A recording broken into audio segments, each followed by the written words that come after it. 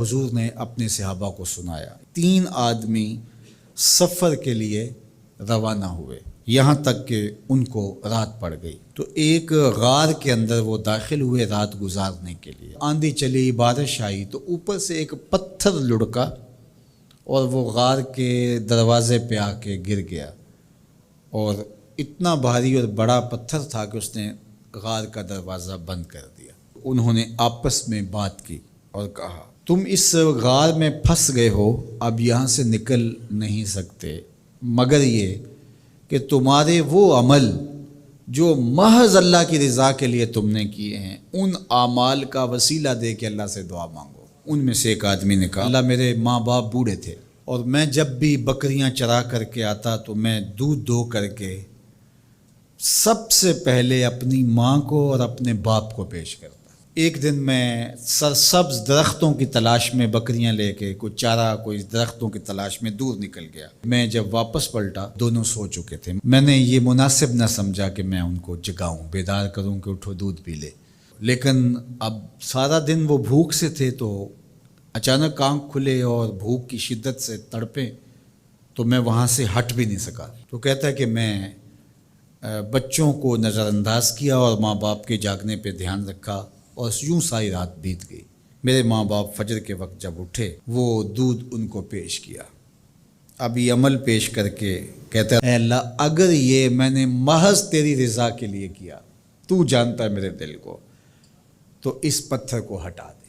تو پتھر تھوڑا سا سرک گیا لیکن اتنا نہیں تھا کہ وہاں سے یہ باہر نکل سکے۔ اب دوسرے کی باری آئی، اس نے کہا، اے اللہ میرے چچا کی ایک بیٹی تھی جو مجھے بہت زیادہ محبوب تھی، مرد عورت کے ساتھ جتنی محبت کرتا ہے اس طرح میرا اس کی طرف رجحان قلب تھا، تو میں نے اس کو اپنی خواہش کی تکمیل کے لیے کئی بار کہا لیکن اس نے کہا کہ یہ نہیں ہو سکتا۔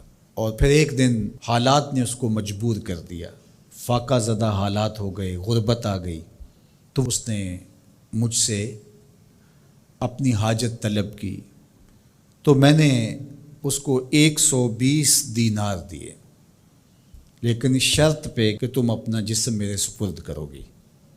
اب مجبوری سے اس نے کہا ٹھیک ہے، لیکن میں نے دیکھا کہ اس کا وجود اللہ کے خوف سے کانپ رہا تھا اور مجھے کہنے لگی اتق اللہ، اللہ سے ڈر اور اس کی حدوں کو نہ توڑ۔ میری خواہشات تو پگلی تھیں، آرزوئیں تو بےتاب تھیں اور میں اس کی قیمت بھی ادا کر چکا تھا، لیکن اس کا یہ جملہ کہ اللہ سے ڈر، تو میں تیرے سے ڈر کے اس کو چھوڑ دیا اور جو اس کو میں نے 120 دینار دیے تھے وہ بھی اس کے پاس رہنے دیے۔ اللہ میرے اس مخفی عمل کو تو ہی جانتا ہے، تو اگر میں نے تیری رضا کے لیے ایسا کیا تو اس پتھر کو ہٹا دے۔ تو پتھر تھوڑا سا ہٹ گیا، سوراخ تو زیادہ ہو گیا لیکن ابھی بھی وہاں سے گزرنا ممکن نہیں تھا۔ اب تیسرے نے کہا، اے اللہ میں مزدوروں سے کام لے رہا تھا اور ان کی مزدوری میں نے دے دی، ایک مزدور بتائے بغیر چلا گیا، تو میں نے کیا کیا کہ اس کے مزدوری کے پیسے کاروبار میں لگا دیے، کاروبار میں برکت ہوئی اور بہت زیادہ وہ کاروبار جو اس کی مزدوری سے شروع کیا گیا تھا پھیل گیا۔ تھوڑی سی مزدوری تھی لیکن کاروبار بہت پھیل گیا۔ اب میں اس کے اندر کچھ ایک آنا ٹگا نہیں لیا۔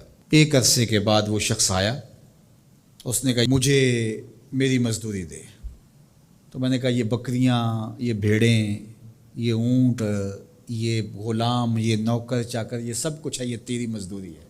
تو اس نے کہا میرے ساتھ مذاق نہ کر، وہ میں تو مزدوری کے وہ چند جو لینے آیا ہوں اور آپ کہتے ہیں یہ سب کچھ تیرا ہے۔ تو اس نے ساری صورتحال بتائی، تو اس نے وہ ساری بکریاں، وہ سارے اونٹ، ساری گائے اور سارے غلام ہانکے اور چل دیا۔ کہا اے اللہ اگر یہ عمل میں نے تجھے راضی کرنے کے لیے کیا تھا تو پتھر کو ہٹا دے۔ تو حضور نے فرمایا وہ پتھر ہٹ گیا اور یہ چلتے ہوئے باہر آ گئے۔ جب اللہ کی رضا کے لیے کام کیے تو مشکلوں سے نکلنے کے راستے ملتے۔ ایک روایت میں آتا ہے جو آسانی کے وقت اللہ کو فراموش نہیں کرتا، اوکھے ویلے اللہ اس کو فراموش نہیں کرتا۔ ہم تو کسی مصیبت میں پھنسے تو چالاکیاں کرتے ہیں، کوئی چالاکی، کوئی مکر کہ اس سے نکلیں، تو مصیبت میں پھنسیں تو دعا کے لیے ہاتھ پھیلا لیں اور اچھے اعمال کا اللہ کی بارگاہ میں وسیلہ پیش کریں۔ تو زندگی میں ایسا ذخیرہ اعمال کا جمع کرو کہ جب مشکل بنے تو ان اعمال کا وسیلہ پیش کر کے مشکلات سے نکلنے کا راستہ